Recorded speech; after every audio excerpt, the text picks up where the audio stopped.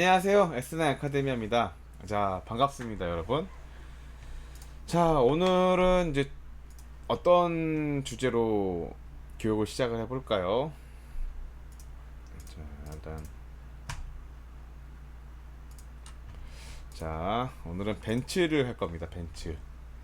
벤츠 중에 벤츠 S클래스 222 고질병이 있는데, 출력 부족에서 S클래스 222, 에어플로 센서 결함 관련된 거를 진행할 건데요.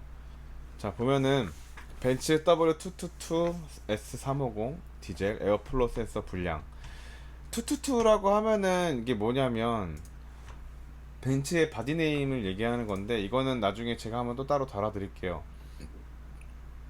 S클래스 보면은 2005년까지는 220이고 2006년부터 2013년까지는 221 W221 바디를 갖고 있는, 이렇게 생긴 거고, 2014년부터 2021년까지가 W222, 그 이후에 지금 신형 나오고 있는 건 223라고 합니다. 그래서 222라고 하면은 그냥 최신형은 223, 그러니까 이번에 지금 나오고 있는 차는 223라고 하고, W222는 그 전 모델 21년까지 판매되고 21년까지 제작된 차를 말합니다. 디젤 차량 중에 에어플로 센서 결함이 많은데 증상은 이러합니다. 악셀을 밟았을 때 차가 좀 잘 안 나가고 붕 뜨고, 어쩔 땐 이제 그 먹통이다라고 할 정도로 차가 이상해지는 경우와 엔진 체크 등이 발생이 되는데, 이 부분에 이제 고장을 확인을 하게 되면은 증상이 일단은 3000 이상 RPM이 잘 안 밟히고 엔진 체크 등이 뜨는 거죠.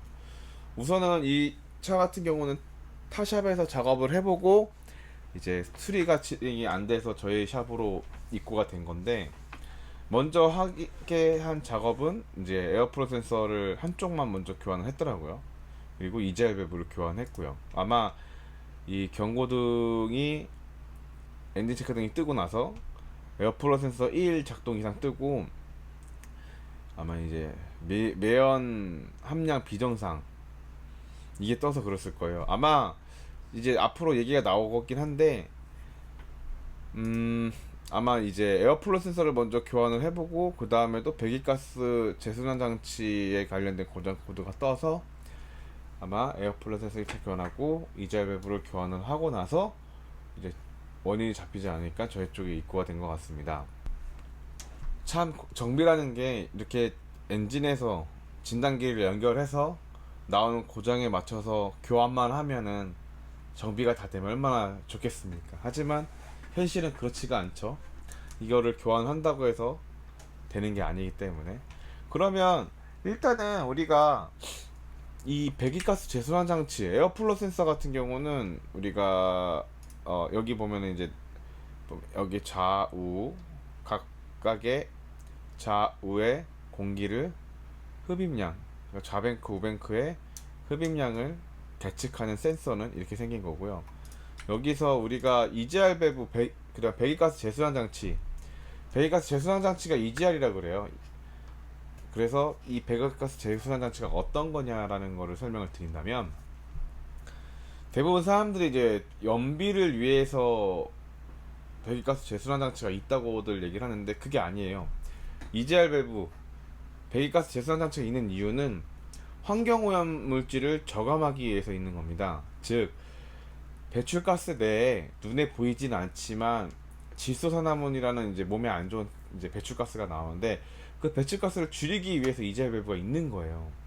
즉 엔진이 연소가 너무 잘 되고 너무 이제 그 고르게, 그러니까 연료하고 공기하고 비율이 너무 좋다 보면은 연소가 너무 잘 되면 연소 온도가 올라가요. 근데 연소가 올라가서 계속 높아져서 700도 부근이 되면은 지수산물 양이 늘어나는 겁니다. 그러니까는 너무 엔진이 연소가 너무 잘 돼서 그것 때문에 이젤 밸브를 달아서 이제 배출가스 줄이는 거죠. 그래서 어느 정도 이 배출가스를 흡기로 넣어주는 장치에 EGR 밸브가 작동이 되면 어느 정도 엔진 효율이 떨어집니다, 오히려. 근데 효율이 떨어진 걸 감안하고도 배출가스를 줄여야 하기 때문에 EGR 밸브가 작동을 하는 겁니다. 이거를 보통 트레이드 오프라고 합니다. 그러니까 하나를 얻고 하나를 포기한다라는 거를 트레이드 오프라고 하는데, 그런 개념으로 이제 작동된다 보시면 되고, 이젤 밸브는 무조건 계속 뭐 주행하면서 작동되는 게 아니라 엔진이 이제 저속 주행할 때, 그러니까 1800rpm 이하거나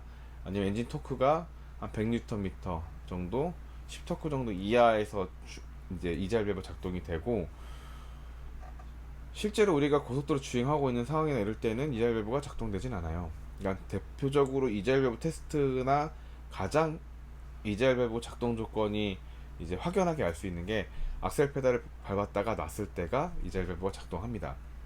그 이젤 밸브는 이제 진화가 돼서 더 이게 계속 진화가 될 겁니다. 진화가 되면서 애시당초에는 원래 9번 이제 고압이라고 하는 배기가스 재순환 장치, 그러니까는 고압 저압이 생기고 나서 고압 저압이 생긴 거예요. 원래는 배기가스 재순환 장치는 배기 매니폴드에서 흡기 매니폴드 연결되는 그 라인에 이젤이 있었고, 지금은 이제 아예 DPF의 후단 지나고 나서 그 아래에 흐르는 배기가스를 위로 흡기 매니폴더 이전에 넣어주는 저압을 두 군데 구분해서 만드는 거죠. 그래서 나중에 고압이나 저압에 대해서 따로 다루도록 하겠고요.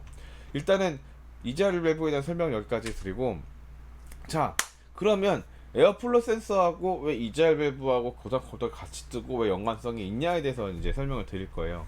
보면은 흡입 공기량 에어플로 센서 하는 거는 엔진에서 얼마만큼 우리가 공기가 들어갔냐를 인식하는 센서예요. 즉 에어플로 센서를 통해서 터보에서 부스트가 발생이 돼서 인터쿨러를 지나서 스로틀 바디야 이제 이렇게 흡기로 지나간다 치면, 여기에 있는 공기는 이렇게 순환이 되면서 이 엔진에서 공기를 얼마나 먹었냐가 여기에 표출되는 겁니다. 즉 EGR 밸브가 작동이 된다는 얘기는 이 배출가스가 이 배기 매니폴드를 통해서 이제 고압 배기가스 EGR 밸브를 통해서 들어가기도 하고요. 그 다음에 흡입 공기량을 이제 이 DPF 산화촉매 장치 이후에 들어가서 여기에서 입구 쪽으로 넣어주기도 합니다. 이쪽 빨간색 라인을 저압이라고 하고 주황색 라인을 고압이라고 하죠. 이 배기가 스플릿 컨트롤러는 이쪽에 배기를 살짝 막음으로써 이 배기가 나가는 힘을 이쪽으로 넣어주는 역할을 하기 위해서 필요한 부분이죠.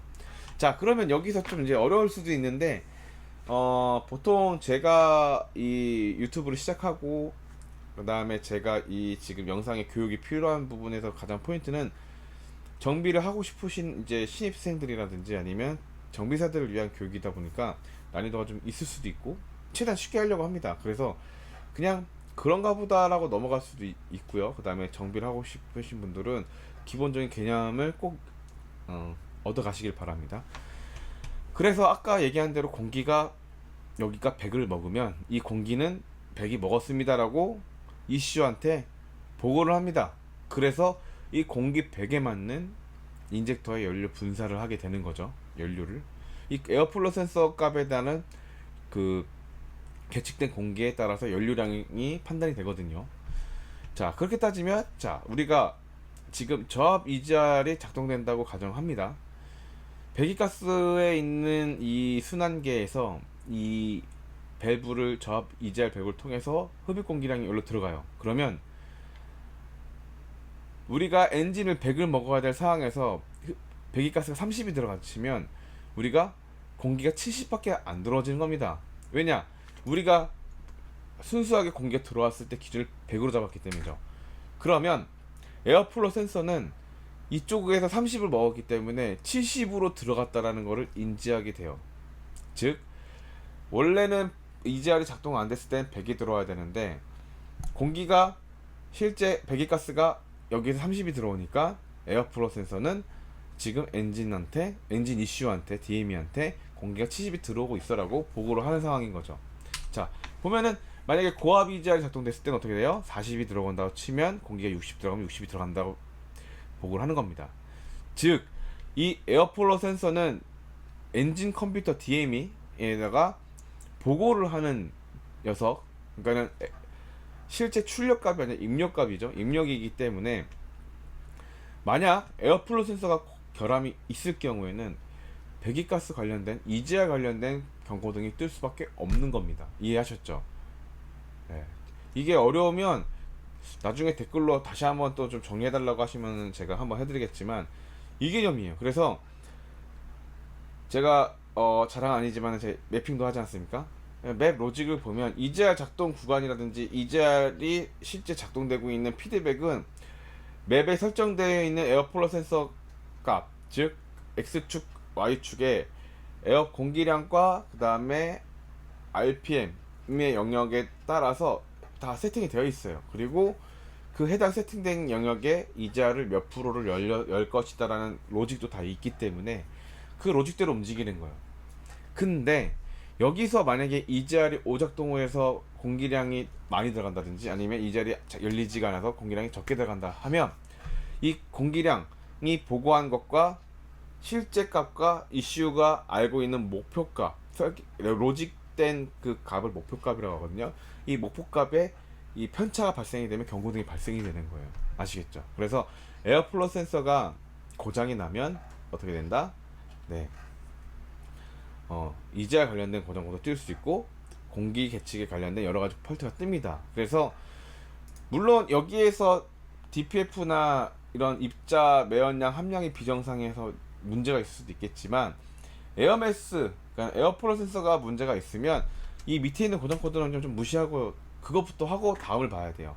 아시겠죠? 그래서 그런 절차대로 진행을 해야 되는 부분의 포인트입니다.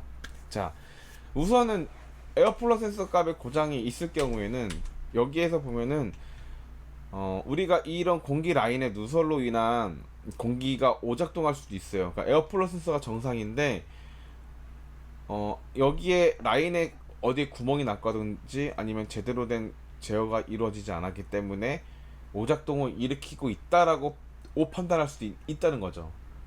그렇기 때문에 먼저 흡입 공기량에 대한 누설 검사라든지 그 다음에 유관 검사에 의해서 어디 체결된 호스가 잘못되어 있는지를 확인을 해봐야 되는데 일단은 기본적으로 이거에 따른 테스트 플랜이 에어플로 센서를 교환하기보다는 이제 흡기 라인에 누설이 없는지를 환기를 합니다. 그래서 이상은 없었고요. 그 다음에 에어매스 공유된 데이터를 보면은 전체 에어매스 값 자체가 이미 이제 많이 보시는 분들은 알겠지만 좀 이상이 있습니다. 그리고 고장 코드가 떴을 때 시점도 이상이 있어요. 실린더당 공기를 계측된 게 0kg이 나온 것도 이상하고 여기서 이제 동반돼서 나갈 수 있는 것 중에 하나가 배기가스 재순환 장치 검사를 하게 됩니다. 그러면 아마 이 빨간색 범위 내에 이 에어플로 센서의 공기량 값이 나와야 되는데 아마도 다 기준치 미달로 나오기 때문에 아마 이래서 EGR 밸브 교환하지 않았을까, 아니면 뭐 고장 코드가 여기 떠 있죠. 이 고장 코드가 있었기 때문에 교환하지 않았을까 싶습니다. 그러면 왜 에어매스 1번하고 배기가스 재순환 장치가 더 떴는데 증상이 왜 안 잡혔을까요? 그럼 과연 원인이 뭘까요?